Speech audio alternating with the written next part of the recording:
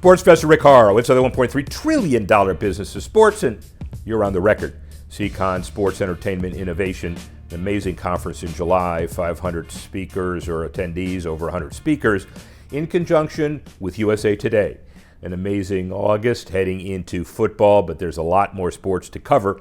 Let's do it with our 5 opening bell, opening drive issues, then interview with Cindy Sisson, Women in Sports and Women in Racing. First, number 1, speaking of racing, the Speedway Classic broke all kinds of records despite weather woes. 91,032 showed up for an event in Bristol, including Tim McGraw and Pitbull concerts. But most important, those people wanted to be part of history, the largest Major League Baseball attendance ever. 18,000 tons of gravel moved, removal of pit row walls, turf donations to college programs afterward. And some of the logistical challenges like food service remained and the weather didn't cooperate, but they finished up on Sunday. The spectacle underscored MLB's ambition of staging unforgettable special event games. That's number 1. Number 2, the Commanders are ready to assume the RFK deal, a 6-3 vote by second reading, and it was actually 9 commissioners at the end of the day, and the second reading means that it looks like it's really going to happen. $3.6 billion RFK new discussion. Commanders, $2.5 billion total cost. The $1.15 billion in public money, look very carefully. The deal includes $500 million for horizontal construction around the stadium through bonds leveraged by the sports facility fee, a tax on DC businesses, with more than $5 million in revenue that funded Nats Park, $202 million to finalize infrastructure within the RFK campus, stadium, green space, mixed-use development, $181 million for the actual parking garage structures used for everything, and $175 million for parking construction, financed through bonds leveraged by stadium operation, $89 million for a new publicly accessible sportsplex concept. And the consultants that study this talked about 26% or so of public money. The deal is not over, but it's brilliantly structured based on a mix of public-private uses and partnership funding. So we'll see where the deal goes, and it's probably at the 10-yard line and not the home team's 10, the other 10. We'll see what happens. Number 3, the WNBA. Pretty good news. Record-breaking sale, potentially of $325 million. Celtic partner Steve Pagliuca takes his experience with the Celtics before the current sale and buys the Connecticut Sun and talks about moving it to Boston, along with a $100 million new practice facility, hoping to be available by the 2027 season. Clearly, people in Connecticut, quote-unquote, very upset, but that's what happens when you go to greener, bigger pastures, and rapidly growing economic value, testament to the institutional attention as well paid to the WNBA. Number 4, speaking of the WNBA, the New York Liberty becoming the hottest team in town. Remember when you saw them at MSG, and some would say it's as an afterthought. Akia Clark's leadership caused the relocation to Brooklyn and to Barclays Center, along with the now iconic mascot. How's this? Ellie the Elephant. Driven season ticket and merchandise is up by 130%. Season ticket membership up by 150%. And a full integration in the community. Clearly, women's sports is a reason, but even more than that, the fact of adept leadership and clear, positive marketing does it as well. That's number 4. Number 5, Viva Las Vegas. Steve Hill, the Visitor and Convention Authority. They are on the map, even bigger than this city. I'm in New York today, but when you go west, you look at conferences such as Mountain West, Pac-12, Big 12, and most recently the Big 10, hosting media events. And most important, Mountain West headquarters moving to Vegas next year, the first college football national championship the year after that, and then the men's Final Four in Vegas the year after that. economic impact, providing college sports with top-tier amenities. And it used to be that college sports would talk about the issues of how difficult it was to coexist in a branding environment. UNLV, the conference, the SEICON conference, all of the positives generated by UNLV and otherwise confirming that it's a sports town, but it's a college sports town as well. Kudos to them. Well, we don't mention racing in Vegas. We should. It's Formula One as well, but we mention racing everywhere. Cindy Sisson, the Executive Director of Women in Sports and Motorsports in North America, WIMNA, leading efforts to promote inclusivity and leadership for women in motorsports all across the continent. She was the marketing director for the LPGA, where I first met her when we were talking about relocating the headquarters way back when from Sugar Land, Texas to Daytona. She's been instrumental in driving partnerships with fundraising initiatives with NASCAR and the automotive industry. Under her leadership, WIMNA has expanded with signature programs such as Accelerate Her and the Women in Drive Summit, alongside other media programs. She was a marquee panelist and key speaker at the Sports Entertainment Innovation Conference the second week in July in Vegas. A long-term relationship. It's a good example of what SEICON does to promote different issues in sports, along with USA Today. Great topics of women, great topics of sports. Looking at the future, here's Cindy Sisson. Sports professor Rick Horrow inside the $1.3 trillion business of sports, and sometimes you just interview people that you have no idea who they are. Sometimes you have a 40-year, 30-year, 40 is too long, reunion with someone who you used to remember in earlier life and has now come back stronger and even better. Cindy Sisson, the Executive Director of Women in Motorsports North America. WIMNA. How's that sound? WIMNA, yeah. Cindy, absolutely great to see you. Thank you very much for this. What an honor, Rick. It's been a long time. Been a lot of fun. So you've been in motorsports for a long time. First of all, we'll talk about what you do today. That's so significant. But how did you get into motorsports in the first place? I remember you when you were dealing with the LPGA. You know, the story I like to tell is that I was born into it. My dad worked at General Motors, so that was a natural progression. My first car was a 64.5 Mustang, then a 68 Camaro, so I had a passion for cars. But the real story tells, I used to work at, I went to Pepperdine, and Pepperdine was hosting the U.S. Olympic Academy, and it was 2 years before the Olympics, and I actually was giving a tour to all the Olympic wannabes in the United States, and I parked my boyfriend's car at the top of the hill at Pepperdine, and I turned around and it had a mind of its own and rolled all the way down the hill, and I crashed the car, and it was a Porsche 914. So that's how I told people that I really got into motorsports. And you've been working to pay that car off ever since, probably. Pretty much. How interesting. But obviously you've come a long way, and the industry has come a long way. And when you lead the efforts promoting the bio, who promotes Cindy, inclusivity and leadership for women in motorsports across the continent, you would think that there aren't too many women to promote. Wrong. What's it like? How's it grown?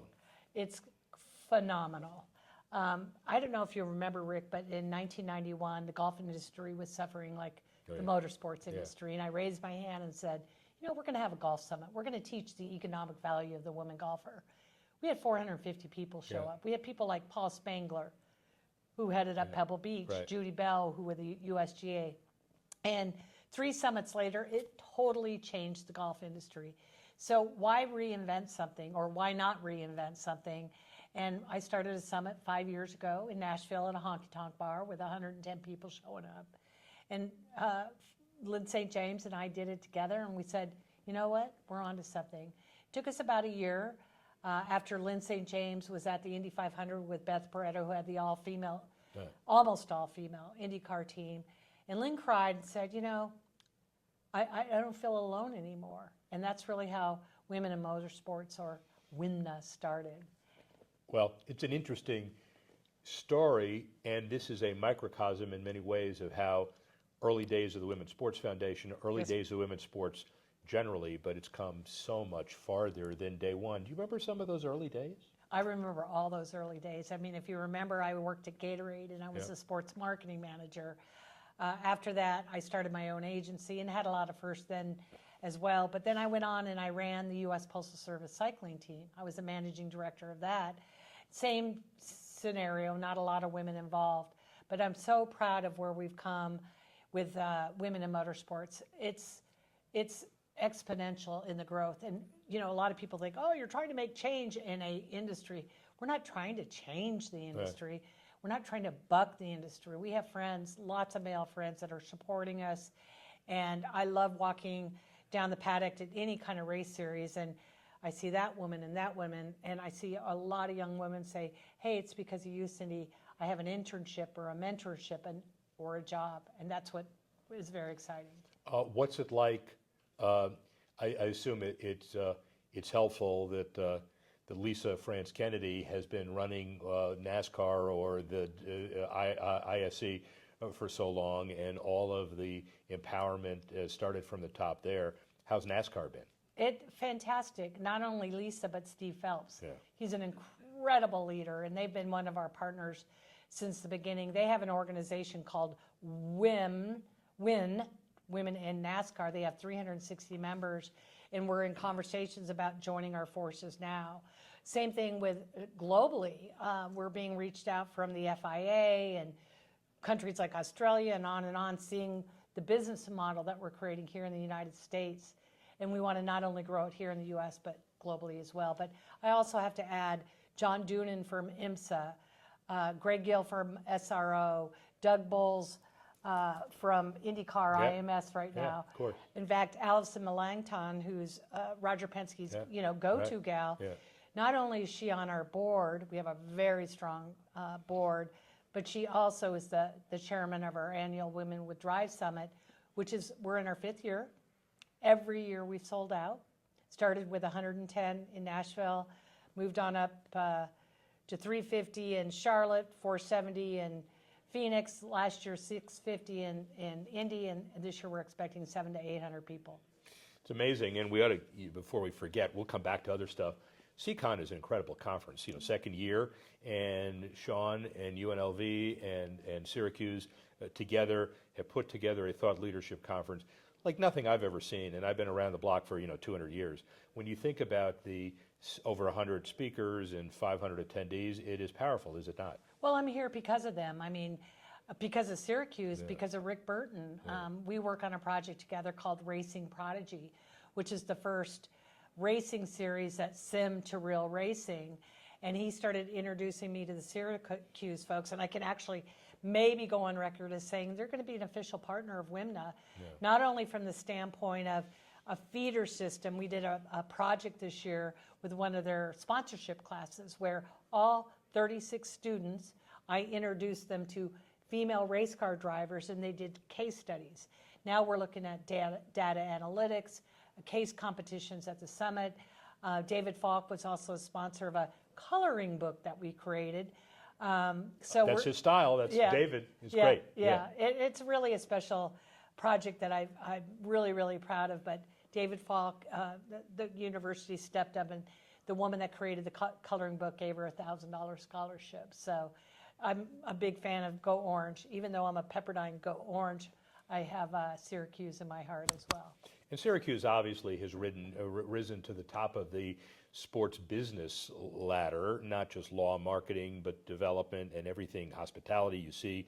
And this alignment with UNLV is pretty significant, isn't it? It's brilliant. Yeah. It's absolutely brilliant. Today was a special day.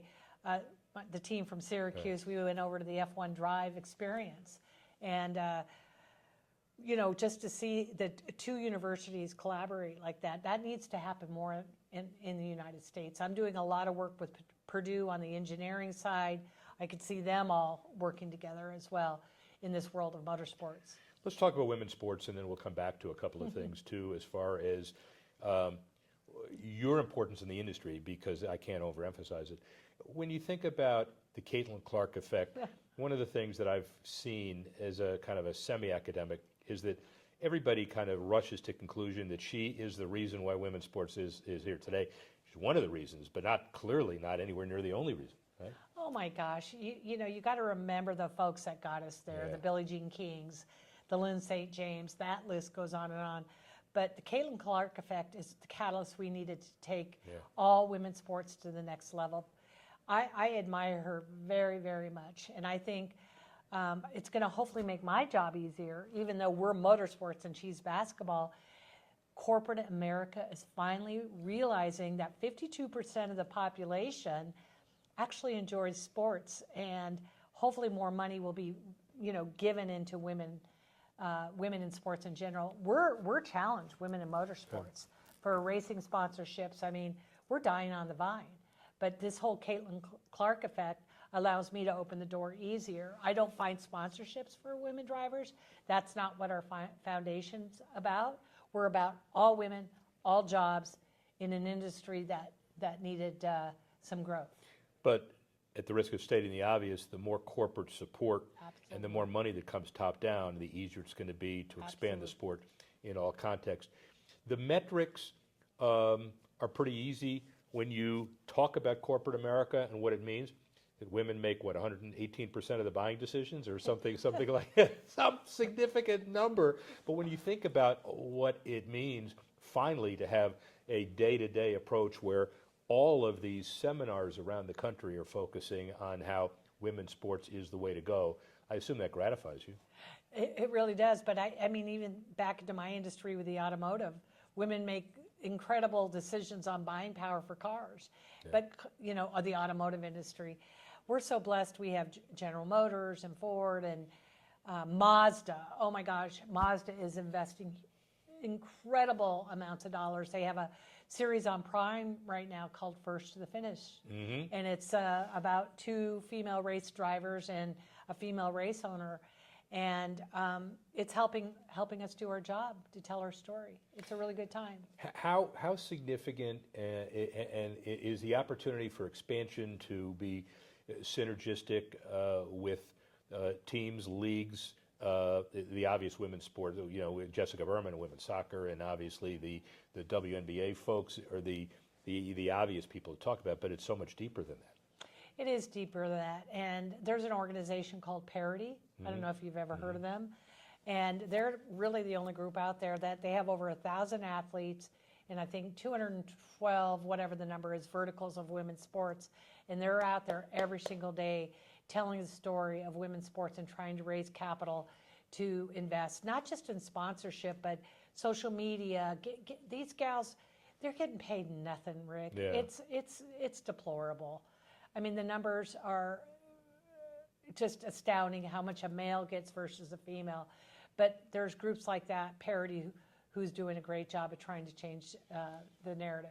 Is capital raising in women's sports broadly defined easier than it was a while ago?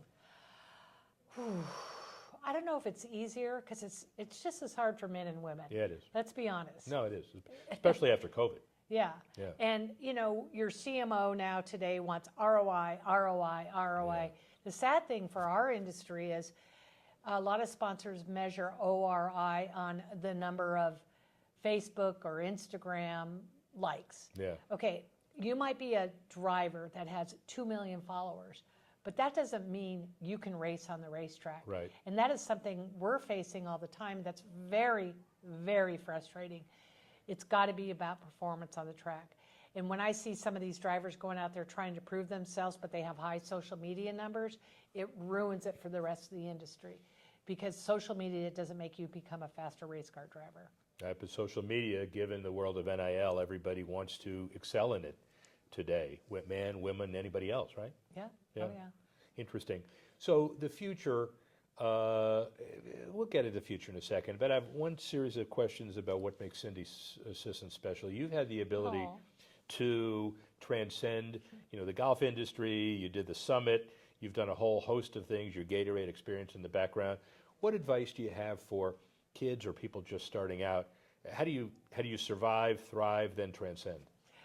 With a big smile on your face. But no, you know, one of the things I don't like right now is the industry always asks me, what was your barriers? Why was it so hard? Yeah, right. It wasn't hard. Yeah. It wasn't hard because I had a really good attitude. And I surrounded myself with amazing people like you, Rick, that believed in me. Give yourself a kiss. Yeah, no, that's right. But you have to, it's all about the attitude. And I'm starting to do, I hope, a little bit more public speaking on just that, networking. Little tools and tips and tricks. LinkedIn is the savior. I am a huge LinkedIn gal. I have over almost 12,000 followers, but those followers are people I know.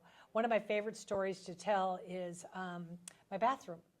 And I have over 4,000 business cards, and everybody above the toilet I like.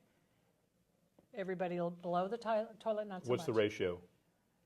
Ratio Of the top of the toilet, above or below? It's above is about 3,900 and about 100 below the toilet. Wow, there you go, ladies and gentlemen. That probably sums it up. What is Cindy Sisson? Well, let's first start with WIMNA and Cindy Sisson. Say that 3 times. Cindy Can't do it. Can't even begin. Cindy Sisson. Where do we see you in 10 years? Oh, Lord. I want to write a book. It's called, you want to type the title? Yeah, I do. How to Succeed in Business Without Really Crying. Okay, that's great. I've cried a lot. Yeah. I want to do public speaking, and I'm hoping my 24-year-old son has a baby and I can be a good grandma. Wow. How about continuing to revolutionize the women in life and women in sports? How about that? You know, it's a good thing. What I'm really doing right now, Rick, and I shouldn't probably come out publicly with this, I'm trying to find the mini-me. And there's a woman out there I want to coach. Mm-hmm. I want her to have the same passion and love for what I do. I don't sleep. I work 24/7. The number one question I get from people all the time, when do you find time to do it all? And when you love something and you have the heart for it, it's not work. And so it doesn't bother me. And I love doing what I do.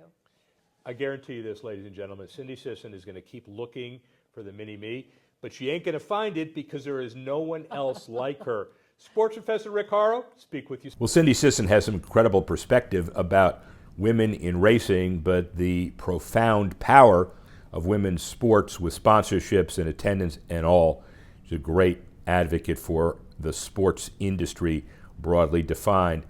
Let's look at the 5 to watch. What's happening in the next couple of weeks? Number 1. Well, the Bengals are going to bask in the afterglow at the beginning of the season of extending their lease after $350 million of public funds for renovation. I was involved in the early effort of the initial funding negotiations with the initial bonds. 2-1 passage in the Hamilton County Commission. 2-1 again, but it's come a great iteration, at least through the 2036 season. Options for additional 2-year extensions through 2046. Hamilton County contributes $350 million. Bengals $120. An NFL G5 loan will do help with the deal as well. The upgrades encompass replacement of general seating and suites, new retail facilities to meet NFL standards, enhanced scoreboards, revamped elevators and escalators, basically a modernization of the 25-year-old facility, a great public-private partnership in Cincinnati, Hamilton County, and the surrounding states. That's number 1. Number 2, Pro Football Hall of Fame has changed the way the game might have been perceived with weather problems and is it too early? Well, the audience was a 3.3 Nielsen, a 6.21 million viewers on NBC, the highest viewership for this preseason opener since 2021, and a 14% increase in ratings and a 19% increase in total audience. Last year was buried in the middle of the Olympics, so it almost doesn't count. The game itself might have been a snoozer. Nobody cares. Football is back, and take a look at the ratings as we go forward. That is number 2. Number 3, Genius Sports and the European leagues form a landmark data and AI partnership. 46 professional competitions, 8,000 matches, men's and women's football, Belgian Pro League, Premier League, Danish Superliga. Genius Sports will now expand its AI-powered data infrastructure to the broader European portfolio, reinforcing its position in the global sports betting ecosystems and driving future innovation, revenue growth, and stronger alignment with sportsbook partners and others. A big deal to watch in the future. That's number 3. Number 4, Detroit Tigers running away from everybody in their division and using it as a great time to improve their facility. Priority Club includes a 13,000 square foot premium space behind home plate, offering 300 climate-controlled seats, lobster rolls, tomahawk steak. Big deal to watch their wonderful team. The new amenity captured and capped years of investment, over $160 million since early 2023, including renovations, player facilities, and overall family experience under the Ilitch family's leadership. Priority Club, by the way, almost sold out for next year, with 6,000 new fans in attendance for this year's Tiger stretch run. Good for the Ilitches, good for baseball. And then finally, looking at what to watch over the next few weeks, the NBA is starting to publish its blueprint for the international planned European League. It might be $500 million to $1 billion per team in entry fees. NBA Europe, dramatic ambition to launch the league in major markets such as London, Paris, Berlin, including arena upgrades and a new international development process with marketing partners and maybe even ownership with teams like Real Madrid, FC Barcelona, PSG, Man City, and an 11-year broadcast deal, as we know, with NBC, Amazon Prime, and Disney carrying the weight. This is new partnership opportunities. And at the end of the day, some of the existing folks, especially those with the current Euro League process, says it's too ambitious, it may not work. They may be in the outside looking in. People right down the street here in New York at the NBA headquarters are in the inside holding all the cards. Well, that's the top 5 look at over the next couple of weeks, including what's come up in the last 2. We'd like to thank Cindy Sisson for devoting her time and effort. I'd like to thank Callie Kazire and others for putting this together. I'd like to thank SEICON and USA Today for being involved in an amazing conference and sponsorship. Thank you all for listening and watching. And join us once again next week when we go into further parts of the $1.3 trillion business of sports. I'm Sports Professor Rick Horrow. Speak with you soon.